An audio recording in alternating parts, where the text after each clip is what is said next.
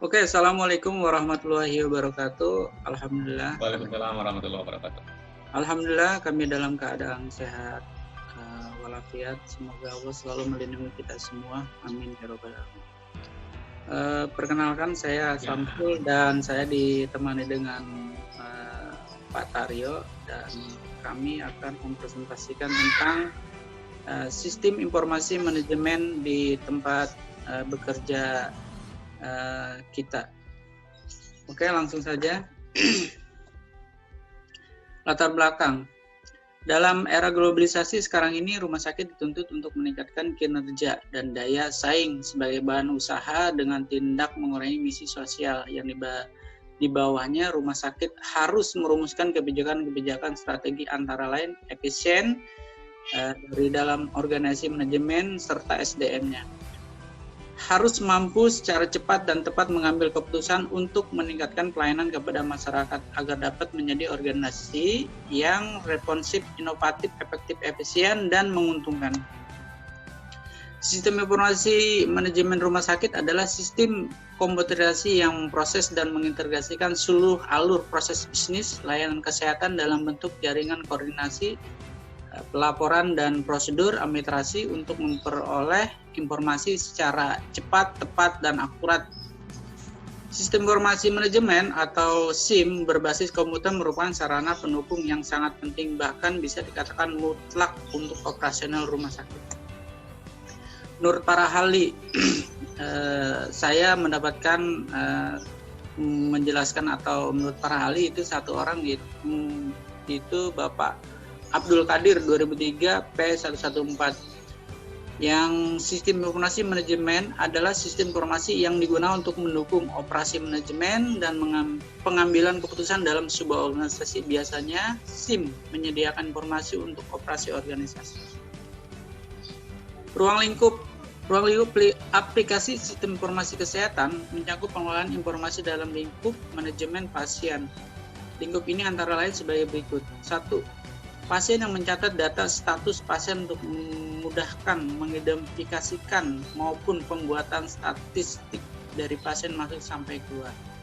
2. Rawat jalan atau poliklinik yang tersedia di rumah sakit seperti penyakit dalam, bedah anak, obstetrasi, ginekolog, LKB, saraf, jiwa, THT, mata, gigi, mulut, kardiologi, radiologi, bedah, ortopedi, paru-paru, umum, UGD, dan lainnya sesuai dengan kebutuhannya. 3. Rawat inap. 4. Penunjang medis laboratorium yang mencatat informasi pemeriksaan seperti EKG, USG, echo, CT scan, endoskopi, dan lain-lain. 5. Penagihan dan pembayaran meliputi penagihan dan pembayaran untuk rawat jalan, rawat inap, dan penunjang medis seperti laboratorium, radiologi, rehab medik, baik secara langsung maupun melalui jaminan BPJS dan asuransi lainnya. 6. Apotik atau farmasi yang meliputi pengelolaan informasi transaksi obat-obatan. Strategi sistem informasi manajemen rumah sakit merupakan prosedur pemrosesan data berdasarkan teknologi informasi yang terintegrasi dan diintegrasikan dengan prosedur manual dan prosedur yang lain untuk menghasilkan informasi yang tepat waktu, efektif untuk mendukung proses pengambilan keputusan manajemen, sehingga dalam tahapannya akan membuat beberapa SOP baru guna menunjang kelancaran penerapan sistem yang tertata dengan rapi dan baik. Berdasarkan definisi di atas, maka kita dapat membagi sistem informasi manajemen menjadi 5 komponen. Menunjang pelaksanaan penerapan sistem informasi yang benar dan sesuai kebutuhan. Nah, ini definisi di atas ada 5. Yang satu software, sistem informasi manajemen rumah sakit, hardware, ada network, ada SOP, dan 5 komitmen. 6. SDM, sumber daya manusia adalah faktor utama suksesan sebuah sistem di mana data input dan proses melalui tenaga SDM tersebut.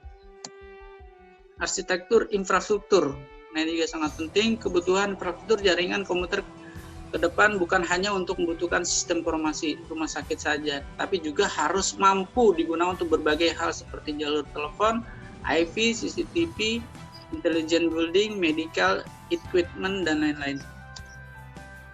Untuk mendukung pelayanan di SIM rumah sakit ini, infrastruktur jaringan komunikasi data yang disyaratkan adalah satu, meningkatkan unjuk kerja dan memudahkan untuk melakukan manajemen lalu lintas dan pada jaringan komuter seperti utilitasi, segmentasi jaringan, dan security.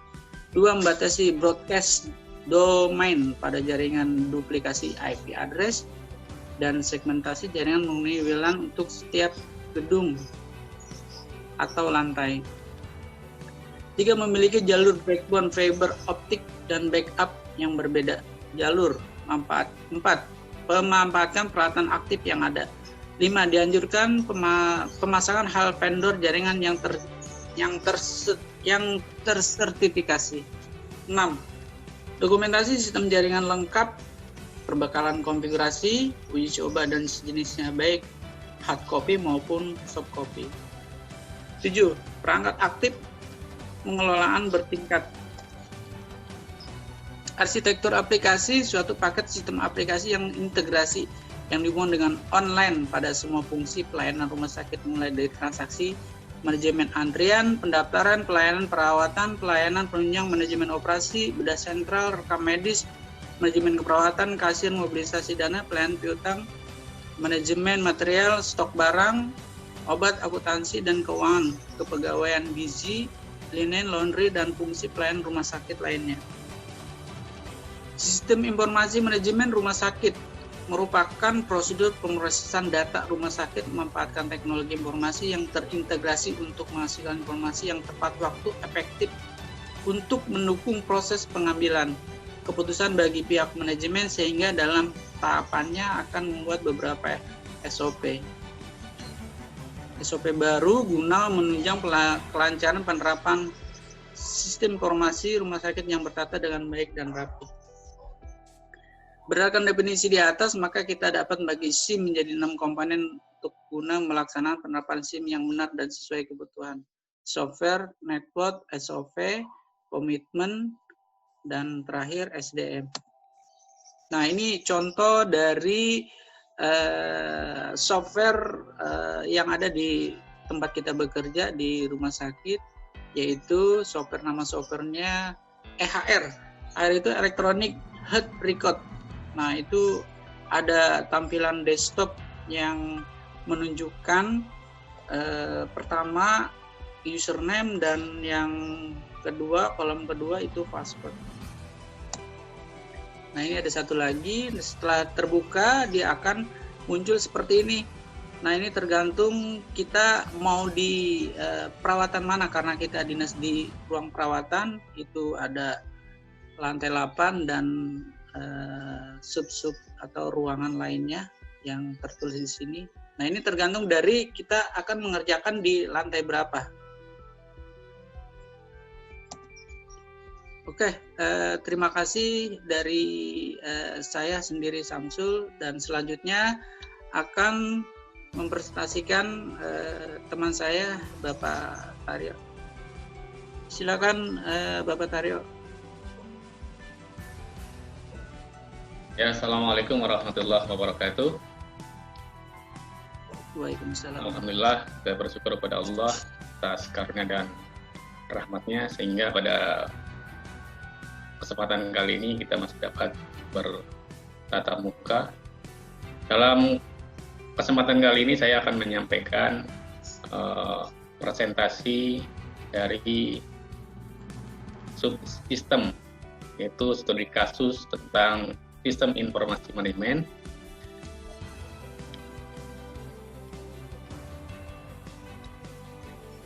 Slide.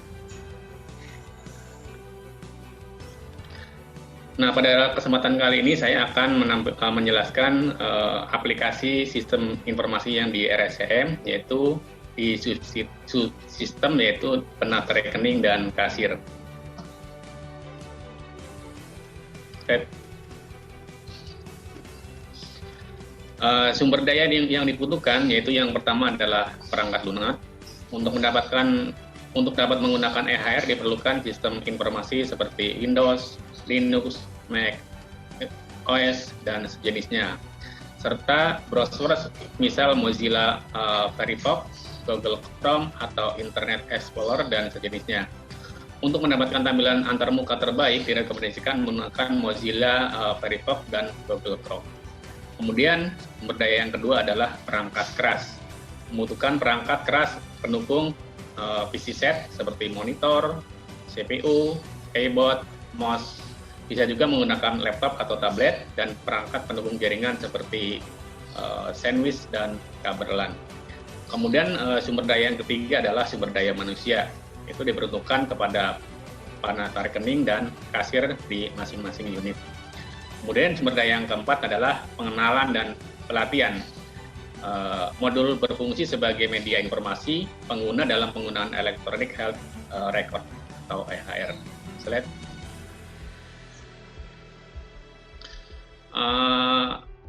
Yang ketiga yaitu modul dan cara penggunaan. Di sini yang pertama adalah entry tindakan. Ketika kita mau menginput data, yang pertama kita lakukan adalah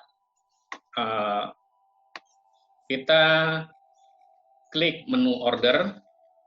Setelah diklik menu order akan tampil beberapa jenis tindakan, yaitu contohnya ada screening perkembangan, kemudian konsultasi kesehatan anak. Nah, kita pilih salah satu. Misalkan di sini imunisasi polio. Nah, kita klik. Setelah klik kita tekan OK. Slide. Nah, setelah kita klik, kemudian kita menuju ke menu deposit. Kemudian klik pembayaran. Setelah kita klik menu pembayaran, kemudian kita klik OK, kemudian setelah OK baru nanti cetak di kwitansi baru. Setelah klik cetak kwitansi baru, slide, akanlah muncul kwitansi yang sudah kita transaksikan tadi. Selanjutnya, slide. Kemudian pembuat tagihan. Untuk membuat tagihan, pertama adalah kita masuk klik menu billing, kemudian kita masuk ke menu deposit. Slide. Setelah klik menu deposit, akan muncul pembayaran, kemudian kita masukkan nomor medical record. Setelah kita masukkan, slide, akan muncul tampilan yang pertama adalah nama pembayar. Ini boleh diganti dengan nama pembayar atau dengan nama pasien. Kalau sudah nama pasien sudah otomatis. Kemudian diketik jumlah pembayarannya berapa. Apabila dia menggunakan merchant atau edisi, tinggal di checklist kotak yang ada di pojok belah kanan. Kemudian selanjutnya diklik untuk pembayaran. Misalnya untuk pembayaran apa, atau untuk tindakan konsultasi atau tindakan yang lainnya. Kemudian setelah ini diketik, kemudian kita klik bayar deposit.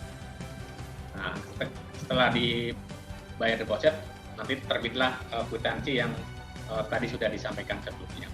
Nah, apabila di dalam pembayaran itu ternyata ada pembatalan, maka kita klik batal untuk membatalkan transaksi tersebut. Kemudian kita masuk ke menu restitusi uang muka untuk membatalkan kwitansi. Slide. Nah, di sini ada 3 jenis